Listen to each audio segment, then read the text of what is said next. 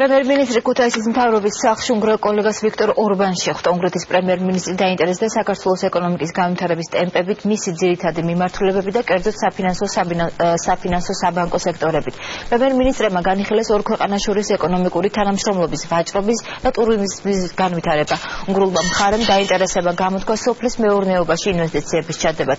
შეხვედრაზე ორი ქვეყნის პრემიერ-მინისტრების თანდასწრებით საქართველოსა და უნგრეთის სოფლის მეურნეობის სამინისტროებმა თანამშრომლობის მემორანდუმი მოაწერეს. შეხვედრის შემდეგ პრემიერ-მინისტრმა ქუთაისში რესტავრირებული ბაგრატის ტაძარი ქუთაეთელ-გაენათელ მიტროპოლიტ კალისტრატესთან ერთად დაათვალიერეს.